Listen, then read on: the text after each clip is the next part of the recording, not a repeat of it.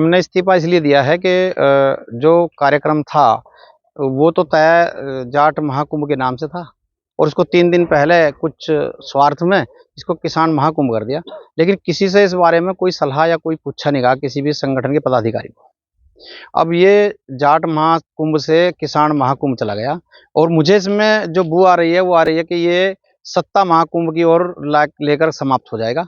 हम ऐसे किसी भी कुंभ का विरोध करते हैं।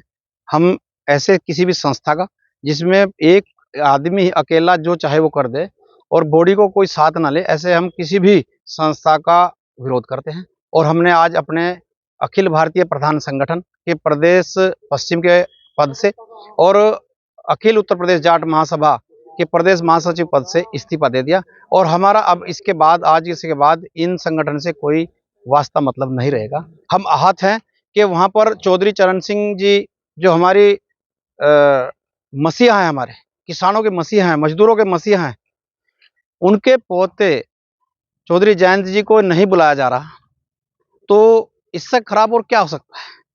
तो हमने ये कर दिया कि हम इस कार्यक्रम में नहीं जाएंगे। हमारे जो खाप चौधरी थे उनको भी निमंत्रण देने की बात आई थी, जब सामूहिक बैठ के बात हुई थी, उनको नहीं बुलाया जा रहा।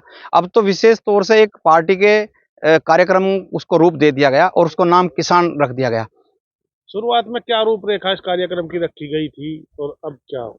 पहले ये रखी गई थी कि हमारे जो किसान मसीहा स्वर्गीय चौधरी चरण सिंह जी की जो मूर्ति है उनका जो अनावरण करेंगे वे उपराष्ट्रपति जी करेंगे, क्योंकि वे जाट हैं। क्योंकि हम जाट महासभा के नाम से ही अपनी संस्था चला रहे हैं, तो जाट महासभा ही उसका प्रोग्राम करेगी और जाट ही उनका प्रोग्राम में उसका उद्घाटन करेंगे।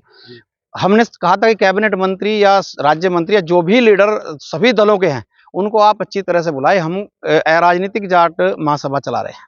तो उसमें जब तो सहमति ये हुई थी, अब सहमति 3 दिन पहले ये हुई कि मुख्यमंत्री जी का उन्होंने वो ले लिया प्रोग्राम और अकेले आदमी ने, इसमें किसी की कोई सहमति नहीं थी और उसमें लेने के बाद इसका नाम किसान महाकुंभ कर दिया, जिसका हमें अच्छा नहीं लगा और ये सत्ता की तरफ भागते हुए हमें संस्था लग रही है।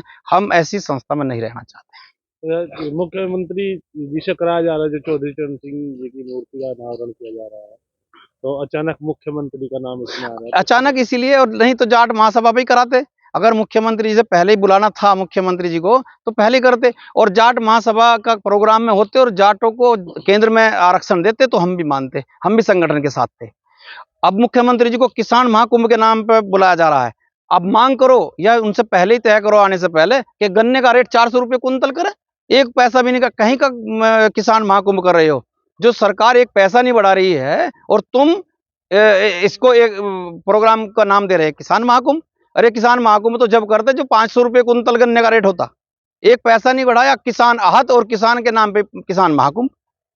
अच्छा, किस तरह से लोगों के बीच में जाएंगे? जिस तरह रथ यात्रा निकाली गई, चंदा लिया गया जाट महाकुंभ के नाम का और आज उसका नाम बदल दिया गया है, तो लोगों के बीच में किस तरह जाएगा? हम तो आरोप उन लोगों पे लगेंगे, उनको ही जवाब देना पड़ेगा जो लोग जाट महाकुंभ के नाम पे इस तरह का पैसा उगाही कर रहे थे, उनको ही जवाब देना पड़ेगा। हमने तो दिया नहीं, हमने तो दिलवा जो भी है, हम तो चाहते हैं कि अगर उनमें थोड़ी सी भी अगर बची है कुछ भी तो उनका पैसा वापस कर देना चाहिए। किसान महाकुंभ के नाम से कर रहे हैं तो किसान महाकुंभ के नाम से करें, जाट महाकुंभ के नाम पे पैसा जो लिया है उसको वापस कर देना चाहिए अगर थोड़ी सी भी उनमें बच गया है कुछ।